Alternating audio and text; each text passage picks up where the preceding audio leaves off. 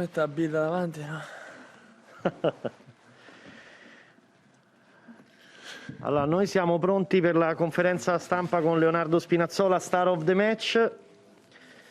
Se ci sono domande, perché vedo poche persone collegate, quindi attendiamo un attimo, Vabbè, altrimenti esatto. Andiamo via. Aspettiamo un minuto, dopodiché lasciamo lo stadio. Thierry, there are no questions. Peccato. We wait 1 minute.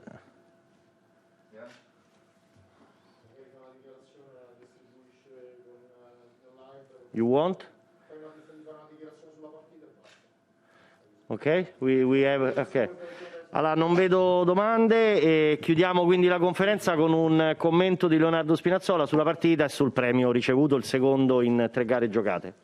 Ma è stata una partita molto combattuta, sapevamo che l'Austria era una grande squadra, molto fisica, che